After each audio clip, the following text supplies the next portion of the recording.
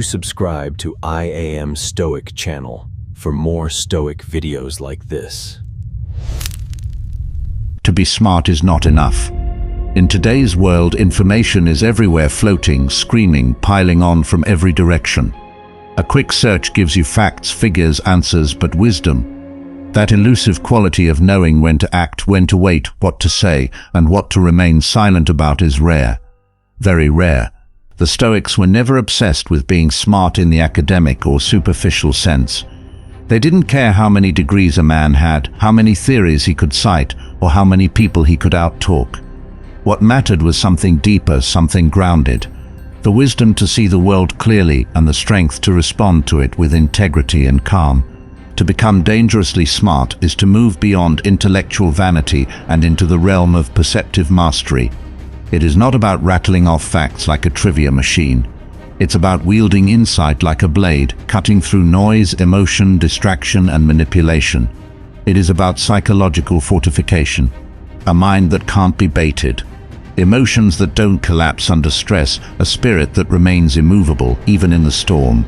It's about walking into a room and sensing tension before a word is spoken. It's about spotting lies in the flicker of an eye and navigating complexity with the calm of someone who has studied chaos. A dangerously smart person sees patterns others miss. They read people with precision. They master their own impulses. They collect knowledge not to flaunt, but to refine their judgment. They're the kind of person who doesn't just survive hard times, they make hard times nervous. Their wisdom is a quiet weapon, always present, always sharpened. They do not broadcast their power, but everyone around them feels it. The Stoics laid the foundation for this type of dangerous intelligence. They taught self-awareness as the gateway to wisdom. They championed the discipline of desire, the restraint of emotion, and the power of deliberate action. They encouraged broad learning, not just in philosophy, but in all disciplines: science, ethics, art, politics, war, rhetoric, because they knew life demands versatility. They didn't prepare for one kind of battle. They prepared for all of them. So to walk the Stoic path toward becoming dangerously smart is to train your entire being, your intellect, your speech, your emotions, your instincts. It is to never stop learning, never stop observing, and never let your internal world be ruled by anything outside of your control. This is not a mindset of arrogance. It is a mindset of relentless preparation, a mindset of alertness. It is the sharpening of a weapon that cannot be seen, but is always felt, and it is the first most important step to becoming dangerously smart. Let's begin Chapter 1, Build the Inner Citadel. The Stoics called it the inner citadel, but fortified mental stronghold that no insult, no lie, no defeat, and no praise could penetrate. It was their metaphor for a soul so disciplined, so inwardly complete, that no external chaos could disturb its peace. It was not a place of escape, but a position of unshakable control. This citadel is not built overnight. It is constructed brick by brick. Each brick laid with an act of emotional clarity, mental discipline, and philosophical reflection. To build the inner citadel is to recognize where true intelligence begins. The ability to filter thought, to master emotion, and to choose response over reaction. Every time you pause before speaking, every time you breathe before reacting, every time you ask yourself, is this within my control? You are sharpening the blade of your mind. You are creating a buffer between stimulus and reaction, and in that space of awareness, real power begins to take root, power not over others, but over the only territory you ever truly command, your own soul. This mastery does not mean emotional coldness. Emotional discipline is often mistaken for suppression or detachment, but the Stoics didn't advocate pretending you feel nothing. They advocated becoming aware of the feeling without being owned by it. Awareness gives you the leverage when you name a feeling, when you recognize it for what it is. A flash of anger, a twinge of envy, a stab of insecurity. You rob it of its ability to hijack your reason. Emotional awareness is intelligence. Emotional control is dangerous. Intelligence, the kind that allows you to move through fire without catching flame. This strength radiates outward. When you are in control of your internal world, your perception of the external becomes far more accurate. You stop projecting your insecurities onto others. You stop reacting to shadows and start seeing substance. You begin to watch instead of assume. You don't just see people's faces, you see their tells, their micro-reactions, the flicker in their eyes when they lie, the subtle defensiveness in their posture when they feel exposed. You pick up on what is unsaid because your mind is no longer clouded with emotional noise or reactive storytelling. You listen without waiting to speak, without rehearsing your reply while the other person is still talking. You listen with your entire presence tuned in, not just to the content but to the subtext. You become hard to read, an enigma to those who thrive on predictability, but you become quick to read others because you've trained yourself to see beyond surface behavior. You understand motive, insecurity, manipulation, not in order to exploit others, but to remain free of being exploited. This is not about deception, it is about presence. It's about becoming so anchored in your own awareness that nothing can pull you off center. Even when chaos swirls around you, your footing is firm. This centeredness creates power. You are no longer ruled by ego, nor baited by drama. You no longer find your self-worth entangled in how others perceive you. You are not seduced by validation or flustered by rejection. You see compliments and criticisms alike as fleeting weather patterns across the mind. Interesting but not defining. You begin to live by internal standards rather than external applause, guided by a compass rooted deep in principle, not popularity. That is what makes you formidable. That is what makes your presence undeniable. You develop a sense of composure that turns heads, not because you seek attention, but because people are magnetized by stability. You walk with ease because your mind is not at war with itself. You no longer need to prove anything to anyone because your sense of value is no longer a negotiation. You speak when necessary. Act with intent and keep your power closely held, not out of secrecy, but out of sovereignty. Your restraint becomes a form of elegance. You walk into a room without the need to impress. Yet people are drawn to you. They watch how you observe before speaking. They feel the gravity of your stillness. They recognize something unshakable in you. Even if they can't name it, they sense they're in the presence of someone who has done the deep work, the kind that most avoid. Why? Because true presence is rare in a world addicted to noise and distraction. To be grounded is to be extraordinary. In a culture of performative intellect, depth is a rarity. Clarity is magnetic because it brings direction where there is fog. The one who sees through illusion, through pretense, becomes a guide. That kind of clarity isn't loud, it doesn't boast. It simply is calmness. In a world of frantic noise is strength. It is not passivity. It is latent power waiting, watching, weighing. The moment that calm becomes contagious, it becomes a refuge for those around you. People come to you not just for answers, but for presence, for perspective, for the calm in your voice. When the world shakes around them, they trust your presence because it doesn't bend to chaos, because your steadiness suggests a mind trained to endure. Your presence becomes a silent teacher, not through grand declarations, but through small, consistent signals. How you listen, how you breathe, how you carry silence. In a world that screams for attention, your stillness speaks volumes. You are the eye of the storm, the fire that doesn't flicker, the unmoved mover. This is the first and most foundational element of dangerous intelligence, mastery of the self cultivated in silence when no one is watching, forged in long hours of thought, built through relentless trials of restraint, sharpened by solitude, and tested in moments when others lose control. It is revealed, not in how loud you are, but in how immovable you remain, how your silence can speak louder than another's shouts. How your stillness can calm a storm, and how your refusal to be reactive becomes a declaration of inner power. This is the edge few possess. This is the presence that shapes the room without raising its voice. It is the silent signal of a mind that has studied itself and emerged not just intact, but indestructible. Begin each day by journaling your thoughts. Identify what emotions dominate your mind and why. Practice responding to challenges. With a pause, develop that pause into a habit. Over time, your reactions will no longer own you. Chapter 2. Train your mind like a warrior. A dangerously smart person is not passive in their education, they are aggressive in learning. They don't wait for knowledge to come to them. They seek it out like a predator tracking a vital resource. They see every subject, every story, every conversation as a potential gem of understanding. Whether it's a novel, a news headline, a historical event, or a technical manual, it becomes fuel for the mind. Even mundane experiences become exercises in understanding. They analyze behavior at the grocery store. They interpret emotional patterns during arguments. They notice shifts in tone, intention, and attention. Every experience becomes raw data for their evolving wisdom. They do not view learning as a phase of life, but as a lifestyle. Their curiosity is relentless. They are equally fascinated by philosophy and physics, by the workings of the mind and the mechanics of machines. Every moment becomes an opportunity to sharpen perception and deepen thought. They treat their attention as sacred, choosing what they consume with precision. Their mind is not cluttered by meaningless noise, but refined by intentional thought. Seneca wrote, "We suffer more in imagination than in reality." This quote reveals the importance of rational thinking.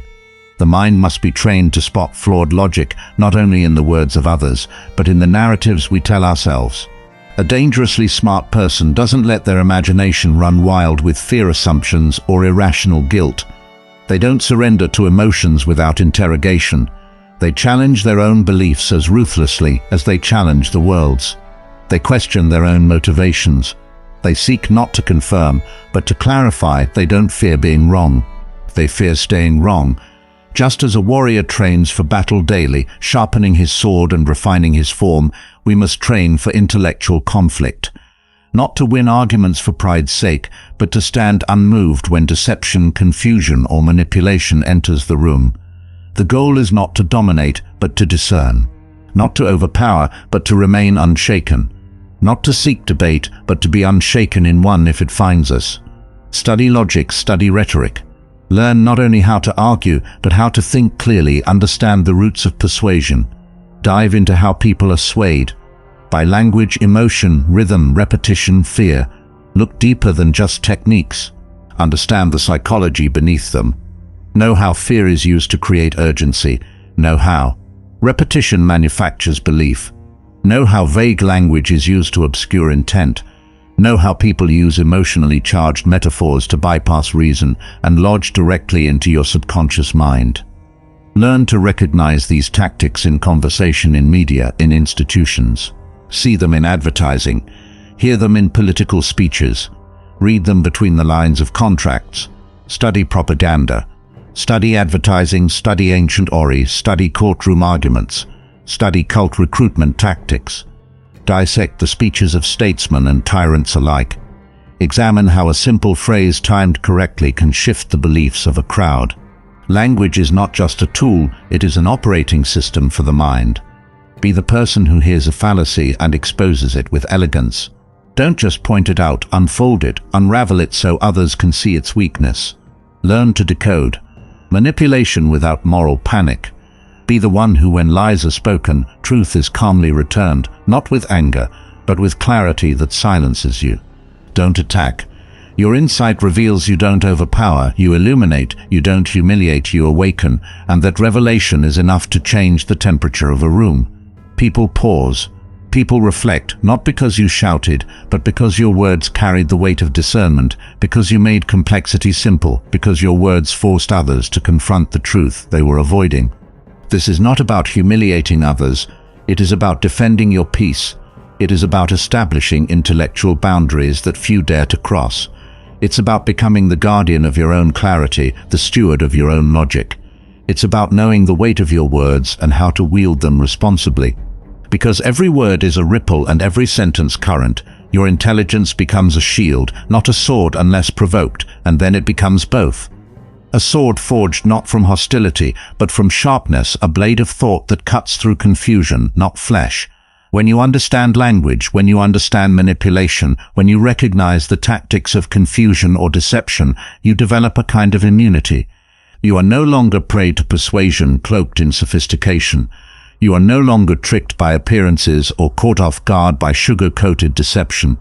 It becomes difficult to mislead you, difficult to provoke you, difficult to bait you into the games of lesser minds. You see the bait for what it is before it's even cast. You can sense manipulation not just in what is said, but in what is left unsaid. You can read the silent agendas behind smiles, the desperation behind insults, the insecurity behind false confidence. Your intellect is not reactionary, it's reflective. You evaluate, pause, and respond with precision that makes others cautious about engaging in mental warfare with you. The clarity of your mind builds a natural barrier, a fortress of discernment that weakens the strategies of those who thrive on confusion. You become the mind. No one wants to underestimate you become the presence. No one can predict the quiet voice in the room that others defer to without command. Your opinion when shared has gravity because it is always backed by thought, experience, and restraint. The one whose silence makes others question their own certainty. They look to you not because you demand their attention, but because your very being commands it. That immunity makes you a dangerous presence to those who depend on ignorance to survive, because you are the light that reveals shadows, the signal that cuts through noise. The calm observer who sees everything and says only what must be said. You are the mirror that reflects distortion back to the source, stripping illusion of its disguise and leaving only truth. You become the worst kind of opponent for the dishonest, the one they cannot rattle, cannot distract, and cannot deceive. They dread your awareness because it holds them accountable. They fear your words because they expose falsehood.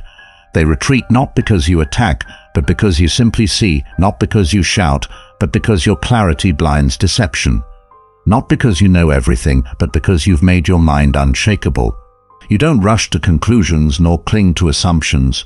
You allow truth to reveal itself through steady observation. Not because you win every debate, but because your thinking is too fluid to be trapped and too grounded to be moved. You question everything, including yourself, and that makes you immune to intellectual traps. You are not just intelligent. You are untouchable in the realm where most crumble the mind, and in that invincibility you are not feared because you destroy others. You are feared because you cannot be destroyed. Study one logical fallacy each week. Memorize it, spot it in conversations, online debates, news reports. Keep a journal of how often flawed reasoning shows up around you. Slowly you will become the person who others cannot confuse. Chapter 3: The Art of Listening and Silent Observation. The person who talks the most rarely learns the most. Epictetus reminded us we have 2 ears and 1 mouth so that we can listen twice as much as we speak. Listening is not a passive act.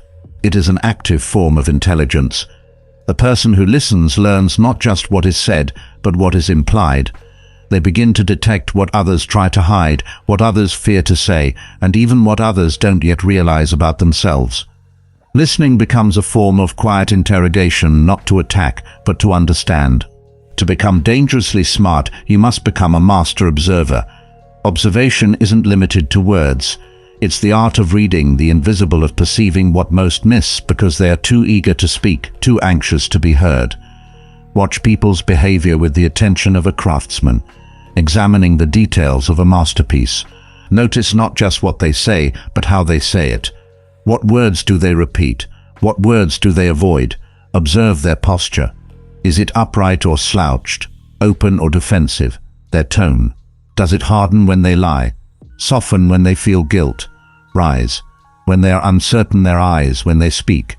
Do they search the room or meet yours with confidence? Most people leak their truth through the cracks of their speech. Their gestures betray their comfort level.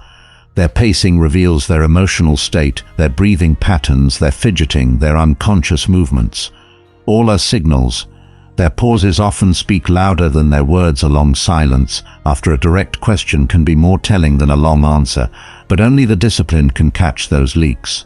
Only those who have trained themselves to listen with the whole body, with eyes, ears, and intuition, can gather the real information behind the spoken dialogue.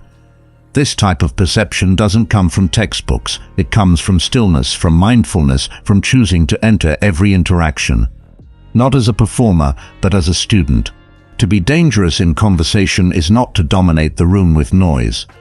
It is to dominate with presence, with insight, with a stillness that listens fully, and the clarity that replies carefully, the truly dangerous. Speaker is not the one who talks over others. It's the one who speaks. After understanding everything, the person who watches quietly, who reads the room before speaking, becomes the person everyone turns to. When the conversation breaks down, they do not impose, they reveal. Listening reveals patterns, not just verbal patterns, but emotional and psychological rhythms. It shows where people are coming from and where they're going. It reveals values, what a person fears, what they admire, what they avoid. It reveals the root of confusion. The misunderstandings buried beneath pride, insecurity, or haste. Most conflict is not disagreement, it is misinterpretation. The skilled listener resolves what others escalate, and when you speak after listening, your words carry the weight of truth. They do, not add to the noise. They cut through it like a well-honed blade slicing through fabric. They're not cluttered with hesitation or pride. They're not spoken to prove your worth. They are spoken because they are needed. They don't come from insecurity. They come from discernment. Your silence beforehand gives your words credibility. It gives people the chance to feel your presence before they ever hear your voice. People can feel the gravity behind them. They sense that your speech is not a reaction, but a revelation. You do not speak just to be heard. You speak to bring light. Your words are not impulsive. They are not emotional flares. They are distilled, grounded, and potent, purified by patience and discipline. They echo wisdom, not insecurity. They reflect not just what you know, but who you are. They are shaped by clarity, not ego, because you are not trying to win the moment. You are aiming to bring clarity to it. Your words are not thrown like darts. They are placed like stones in a foundation, measured, intentional, anchored. People lean in when you speak, not because you are loud, but because you have earned attention through your restraint. You carry silence like armor and your speech like a sword. You never need to unsheath unless absolutely necessary, because when you speak, you break tension. Instead of feeding it, you clarify confusion instead of adding to it. Because you speak from understanding, not from impulse, from deliberate insight, not frantic reaction, from purpose, not ego. And in a world saturated with noise, that difference is thunderous. That difference separates the wise from the merely informed. This is the foundation of conversational dominance, not volume, but value. Not interruption, but precision. Not aggression, but awareness. Refined into insight, you become the person. Others pause for the one whose perspective shifts the dynamic of the room. The most respected person in the room isn't the one who talks the most, but the one who makes their words count. The one whose sentences carry the weight of contemplation. The one who changes minds, not with pressure, but with presence. The one whose words feel like clarity, like direction, like stability. It is better to speak one sentence that clarifies a room than 1,000 that fill it with fog, because in that one sentence lies the dangerous intelligence that doesn't shout to be heard, but is always heard. When it speaks, it is the kind of speech that cannot be ignored, because it is born of substance, silence, and strength. In your next conversation, speak less than the other person. Let your primary role become that of the observer. Instead of mentally composing your response while they're still talking, immerse yourself in the listening. Focus entirely on understanding not just their words, but their energy, their emphasis, their hesitations. Watch their gestures with curiosity. Are their hands restless when a certain topic arises? Do their shoulders tense when discussing a name? These small tells are windows into the unspoken note. What triggers them? Pay attention to their breathing. Their volume shifts the phrases they return to repeatedly. Ask yourself what matters most to them in this moment. What are they protecting, avoiding, or yearning for? Train yourself to read the story behind their words. Read their body language like a second script running beneath the verbal one. Pick up on emotional undertones, guilt, pride, uncertainty, envy, and let those notes inform your interpretation. When you reply, let your response reflect not just comprehension but recognition. Reply with precision, not just to what was said, but to what was meant. Let your words feel like they see deeper. This is how trust is earned in silence and respect is built through speech in a world obsessed with talking. Choose to master the art of hearing and the skill of speaking only when it adds clarity, not clutter. Chapter 4: Read, Learn, Absorb Everything. The Stoics devoured philosophy, but they also studied law, nature, politics, and history. They were not one-dimensional.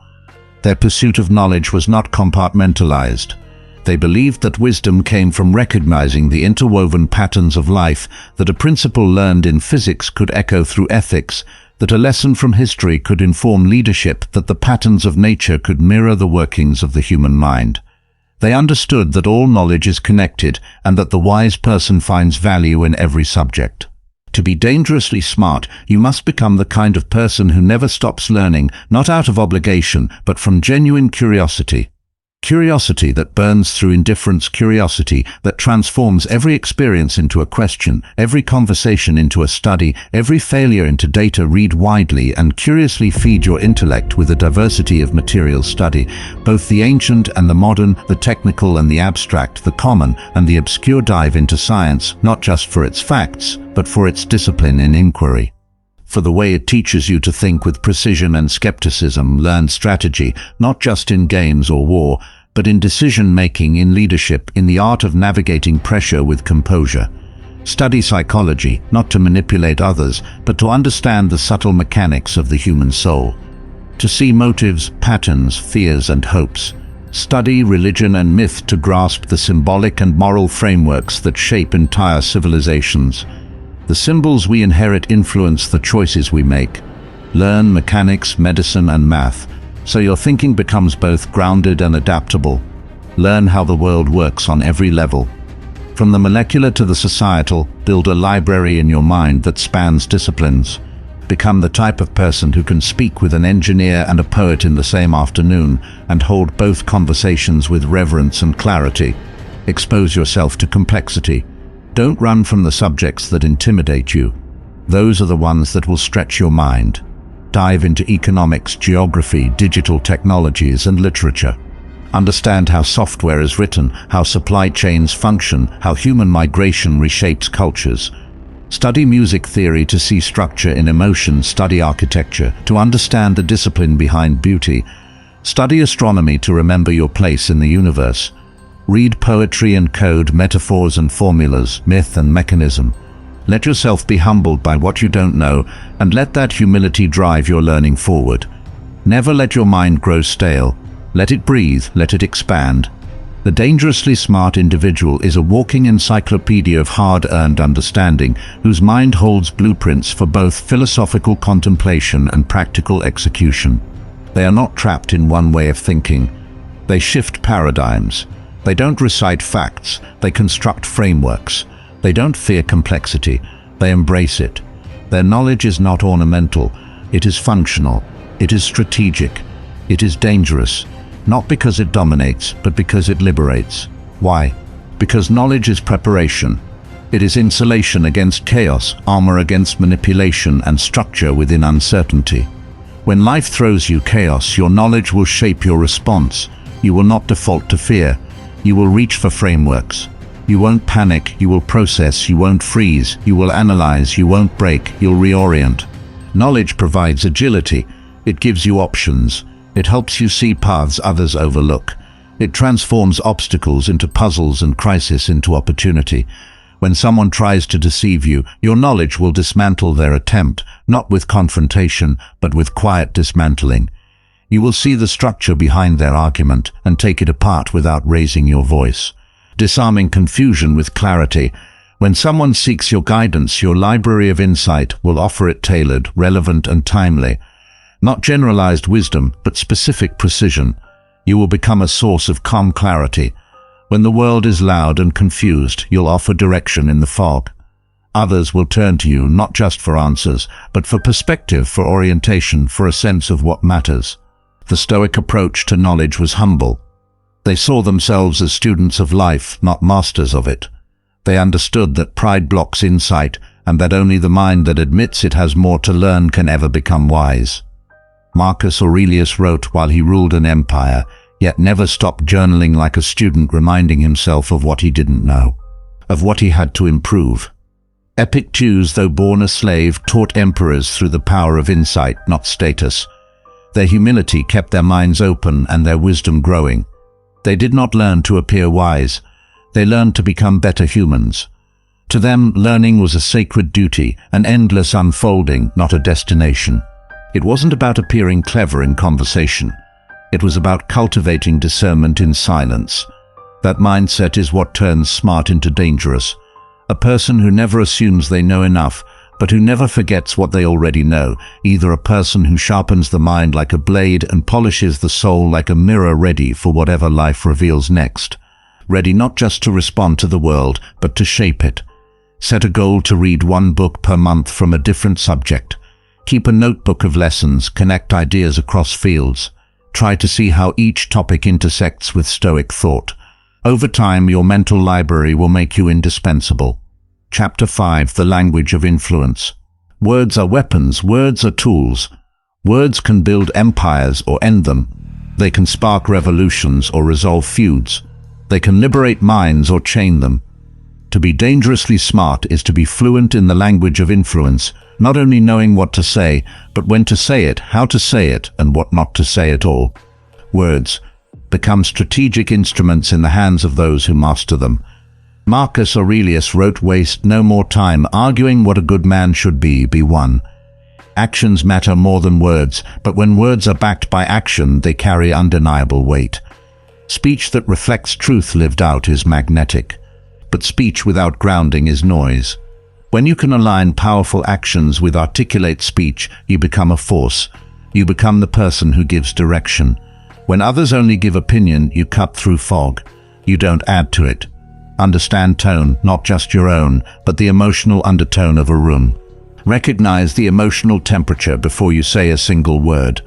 Words do not exist in isolation. They are delivered into an emotional climate that can either carry them or distort them. Learn to sense when someone is agitated, insecure, defensive, or open. Speak into that moment with awareness. Understand timing, when to hold silence and let tension speak for itself. When to drop one sentence that shifts the atmosphere, and when to exit a conversation with grace rather than ego. Timing is more than rhythm. It is wisdom in motion. It is what makes the difference between resonance and rejection. Learn how to persuade not with pressure, but with clarity. Influence doesn't require shouting. It requires sharpening. Learn how to clarify what others complicate, how to make the tangled simple, how to say what others are afraid to say, and how to diffuse conflict without becoming passive. Clarify without condescension, calm without dismissal, and sharpen your arguments with precision rather than aggression. Precision is power. Aggression is noise.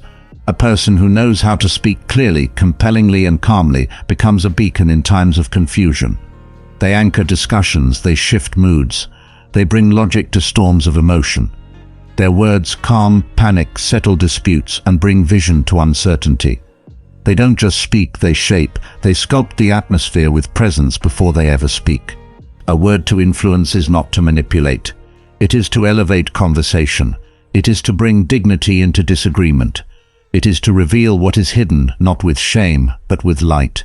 It is to untangle what is knotted, not by tearing, but by understanding. It is to guide others to clarity, not by overpowering them, but by helping them see for themselves. Influence that lasts is born from respect, not force. When your words reflect your inner discipline, people listen because they know your voice isn't reactive. It's rooted, it's not borrowed, it's earned. They trust your judgment, not because you demand it, but because you've demonstrated it over and over in the way you speak, the way you pause, the way you let silence do its work.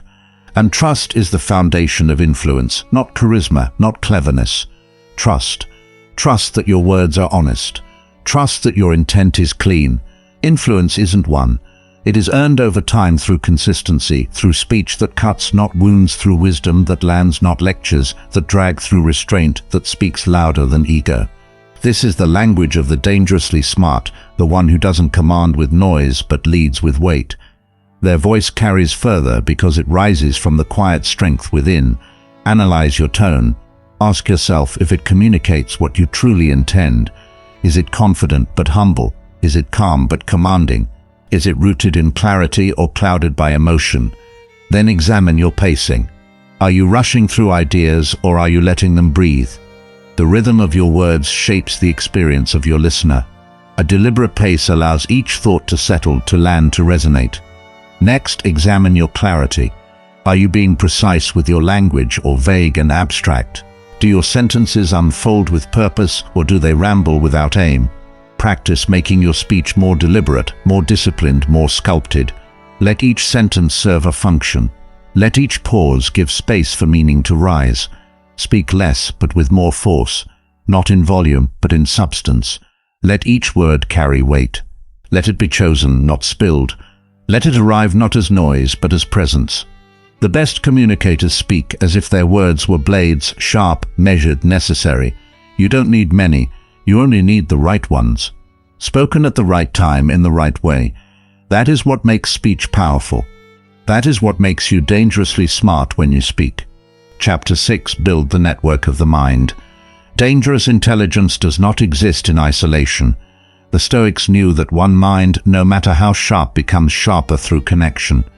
Marcus Aurelius constantly referenced the universe as a single living being, of which we are all parts to grow. We must engage. To evolve, we must interact. But not all connections elevate you. Some distract, some drain. The dangerously smart person learns to build a mental network, not just of people, but of ideas. Integrated, challenging, expanding. To be surrounded by thinkers who sharpen you rather than pacify you is one of the greatest forms of preparation. Conversations should be frictional, refining your assumptions, sharpening your perspective. The dangerously smart person doesn't seek echo chambers. They seek clarity. They seek contradiction to test conviction. They collect minds the way others collect trophies, not for display, but for utility. Because in moments of doubt, a question posed to the right mind can redirect an entire life. The network of the mind extends beyond conversation. It's in the books you read, the thinkers you revisit, the mentors you keep near, even if only through their writings. It's in the practice of building a cathedral of wisdom from many voices, many failures, many victories. Each connection adds another branch to your thinking. Each idea stretches your map of understanding. To be dangerously smart is not to hoard brilliance, but to remain humble enough to seek it in others, to know who to call, who to read, who to consult, and when to remain silent and reflect. Smart people can answer questions, but dangerously smart people know which questions to ask and who to ask them to. They build networks not of influence, but of wisdom. Curate a personal council. Choose 5 minds, living or dead, whose thinking challenges and refines your own. Rotate through their work, compare their philosophies. Let them debate in your journal. Then apply what resonates in your daily decisions. Your thinking will mature not in solitude, but in dialogue with greatness. Chapter 7. Control the frame. Command the room. He who controls the frame controls the conversation. The Stoics understood this instinctively. They didn't allow others to define the terms of engagement. When insulted, they reframed the insult. When challenged, they redirected the energy. When surrounded by hostility, they chose stillness instead of escalation. They were never trapped in reactive games. They wrote their own rules by refusing to play emotional chess with unstable opponents. Their mastery came not through domination, but through detachment from emotional baiting. They saw every situation not as an event, but as a context, and they controlled that context by mastering perspective. To be dangerously smart is to become a master of framing. It is to define reality before others define it for you. It's knowing how to shift a conversation from emotion to logic, from accusation to question, from conflict to clarity. It's the difference between being drawn into drama and drawing boundaries around truth. You do not win by being louder. You win by being clearer. By asking the question no one else thought to ask. By seeing the invisible thread connecting the chaos and pulling it with quiet confidence. By changing the narrative from what everyone sees to what no one sees. To master framing is to master perception, and perception is the birthplace of power. The dangerously smart person always carries the unseen frame. They enter a room not trying to control others, but to control interpretation. When others are stuck on what happened, they ask, why does it matter? When others fixate on blame, they shift toward responsibility. When a room turns reactive, they remain reflective. They are not easily baited. They recognize conversational traps, loaded questions, false dilemmas, circular reasoning, and dismantle them not with emotion, but with elegance. Their responses aren't loud, but they reverberate. Their questions reshape assumptions. Their silence disrupts manipulation to control. The frame is to control meaning, and when you control meaning, you shape emotion. You direct not only the narrative, but the energy of an interaction. You calm chaos. You bring focus. You redirect the current. Instead of swimming against it like a sculptor shaping stone, you shape perception, not through force, but through intentional placement. You lead the mind of others, not by domination, but by suggestion, subtlety, and composure. You set the tone, not just for the words spoken, but for how they will be interpreted. You don't just control the facts, you define the lens through which those facts are viewed. It's not about overpowering others, it's about showing a better lens. A lens rooted in clarity, intention, and restraint. You become the filter through which chaos becomes order. The Stoics used this frame control internally first, and that's why it worked externally. They reframed hardship as training, delay as discipline, and pain as purification. They saw every difficulty as a disguised opportunity, every insult as a mirror for reflection. They didn't deny their suffering, they transformed it through meaning. And when you give pain a noble purpose, it can no longer enslave you. They mastered narrative, and that is the root of all influence, because the most powerful person in the room is never the loudest. It is the one who decides what the moment means. The one who gives it shape, significance, and structure. The one who tells the better story, and tells it so convincingly that others naturally follow. They don't persuade by overpowering, they persuade by revealing.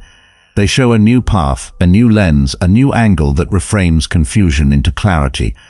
The one who reframes fear into focus, rejection into redirection, and struggle into refinement becomes the architect of perception. They take what others see as chaos and extract meaning from it. They don't deny hardship, they give it purpose.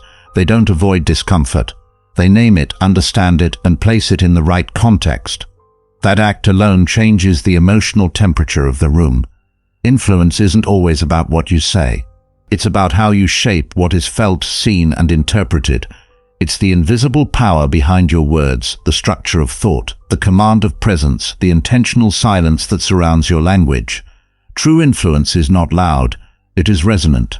It's not about always being right, it's about making sense. When others feel lost, it's the tone that calms, the clarity that focuses, the insight that stabilizes. Change the story, and you change the outcome. Shift the perspective, and you reshape the battlefield. Frame the moment, and you shape the future. Direct the meaning, and you reshape the energy of the entire room. You turn reaction into reflection. You replace confusion with direction. This is power that doesn't push, it pulls. This is the quiet authority of those who master the frame. Not through intimidation, but through vision. Not through manipulation, but through meaning. The dangerously smart don't just speak, they shape the story in which others think. In your next disagreement, don't argue, reframe. Shift the ground beneath the conflict. Change the context before you change the content. Restate the issue in different terms, terms that clarify, not escalate. Ask yourself, what are we really talking about here? Look for the hidden premise behind their statements. Find the assumption beneath the surface and challenge that, not as an attack, but as an invitation to rethink. Often people aren't actually clashing over facts, they're clashing over frames. Expose the difference gently. Let your calmness do the talking. Let your questions become tools, not traps. Ask not to corner, but to open. Ask not to win, but to explore. Watch how tone shifts when you choose clarity over control. When others get loud, get quiet. When they rush, slow down. When they get emotional, get exact. Influence doesn't come from being heard first. It comes from being understood best, and people follow the one who makes the most sense, not the most noise, because sense builds trust, and trust is the foundation of leadership, even in disagreement. Chapter 8. Stay dangerous. Stay curious. Curiosity is the mind's fire. Without it, knowledge cools into arrogance and turns rigid. A sharp intellect without curiosity becomes dogmatic, closed off to growth. But with curiosity, that same intellect becomes fluid, dynamic, and endlessly evolving. The Stoics stayed curious about everything: life, death, nature, fate, the gods, their own limitations, and the shifting nature of human desire. They knew that to stop asking questions was to stop expanding. To be dangerously smart is to stay endlessly curious, not recklessly curious, wandering without focus, but deliberately, so with a hunger for insight, to constantly ask, what don't I see yet? And what have I assumed without testing? Is to stay one step ahead of intellectual complacency. Curiosity doesn't weaken conviction, it refines it. Conviction that has never been questioned is nothing more than habit dressed in confidence, but conviction that has survived. Challenge becomes wisdom tested and tempered by friction. Curiosity takes beliefs and places them in the fire of testing to see what holds under pressure, what collapses under scrutiny, and what reveals deeper layers of truth. When stripped of ego, it identifies blind spots, not to shame us, but to prepare us. It chips away at ego, not to destroy self-worth, but to reveal the core of integrity beneath the dangerously smart. Don't just explore new ideas. They interrogate their own assumptions. They do not worship their past insights. They update them. They return to them again and again like a builder inspecting a bridge under pressure. If a beam is weak, they reinforce it or replace it. If the foundation shifts, they adapt the structure. They do not fear being wrong. They fear standing still.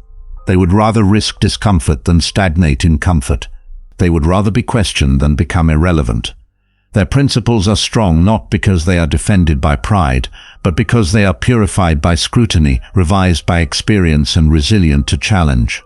Curiosity is also protection. It protects you from stagnation, from the silent erosion of insight that comes from never evolving your questions. It protects you from dogma, the rigid walls we build around truth. When we stop testing it, it shields you from complacency, which is the death of sharpness. It acts as a barrier between you and intellectual laziness, and a spotlight on areas where you've become too certain. It warns you when your growth has stalled, when your certainty has calcified, when your vision has narrowed. The moment you think you know enough is the moment you start falling behind. Because reality is always moving, and knowledge that doesn't evolve becomes outdated. In a world of rapid change, the curious mind will always outlast the stagnant one. The Stoics prized adaptability, and curiosity is its engine. They were not content to sit on what they believed. They wanted to know if those beliefs still held true under new light, new challenge, new experiences. Curiosity is not just the beginning of wisdom. It is its constant renewal. Without it, the mind hardens. With it, the mind expands. A curious mind is a prepared mind. A prepared mind is a flexible mind, and a flexible mind is a powerful one, capable of adjusting under pressure, evolving with time, and thriving in complexity. It is a mind that cannot be trapped by ideology, frozen by tradition, or manipulated by fear. It is a mind that questions bravely, reflects deeply, and grows endlessly. At the end of each week, write down 3 things you learned and 3 things you are still unsure about. Then spend time exploring those questions. Let curiosity be your compass. Let wonder be your fuel. Chapter 9. Fortify the body, sharpen the edge. The Stoics did not separate body from mind. They trained both. Epictetus, once crippled, taught that the body must be disciplined, not worshipped. Marcus Aurelius led armies and still found time to strengthen himself physically and mentally. They knew that physical resilience feeds mental resilience. To be dangerously smart is to not only sharpen the mind, but to steel the body. A sharp sword needs a strong sheath. Discipline in the body reinforces discipline in the mind. When you train the body, you train resolve. You build tolerance for discomfort. You condition yourself to act when tired, to think when pressured, to endure. When tested, strength is not vanity, it is preparation. When the body is strong, the mind does not have to fear physical stress. It can focus. It can lead. It can remain calm because it is not distracted by pain or fatigue. The dangerously smart do not pursue aesthetics. They pursue readiness. You are less likely to be manipulated when your body is under your command. When your physical discipline aligns with your mental clarity, you become a unified force. You carry yourself differently. You breathe more deliberately. You listen.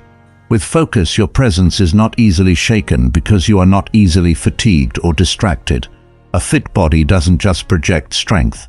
It confirms self-mastery. It reflects hours of commitment, control, and effort.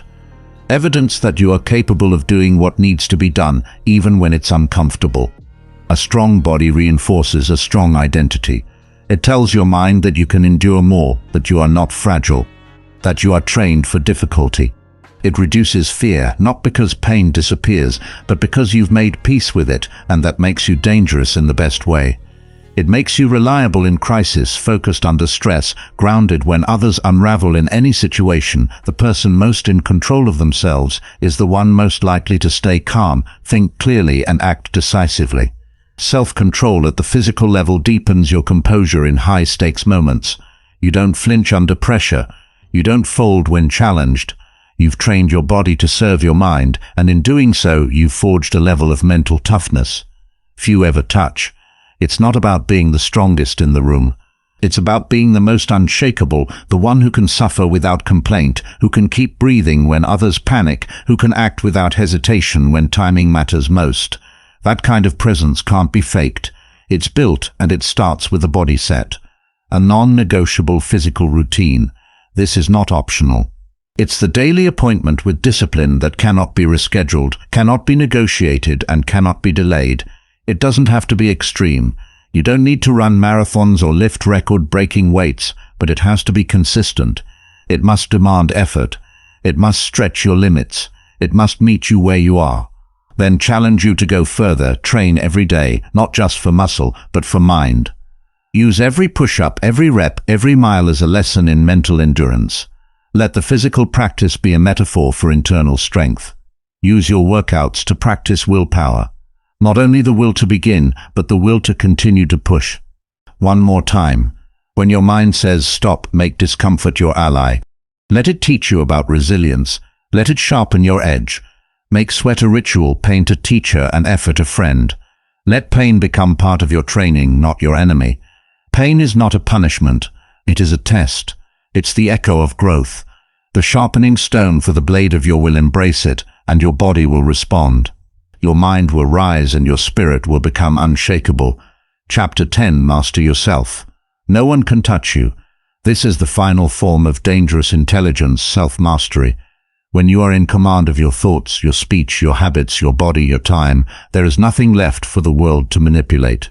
When you master yourself, you walk with quiet power. You are not dependent on approval, immune to flattery, resistant to insult. You have become what the Stoics envisioned, a fortress within the storm. People wonder how to be powerful. The Stoics showed it through. Example, they reminded us that real power is internal. It's the ability to choose your response, no matter the circumstance. It's to be deeply principled, fiercely calm, and relentlessly prepared. A person who walks like this cannot be underestimated because they never underestimate themselves. To master yourself is not to become cold. It is to become clear. It is to respond with purpose instead of impulse. It is to speak when it matters, act when it counts, and observe without fear. Self-mastery is the last level. It is the art of being ungovernable, not through rebellion, but through inner order. You do not need to dominate others. You dominate yourself. That is enough. Review your daily habits. Where do you leak power? Where do you act on impulse, waste time, or speak without thinking? Pick one of those and correct it every day, one change at a time. The road to mastery is paved with small, consistent victories. For more Stoic content, do subscribe to I Am Stoic channel.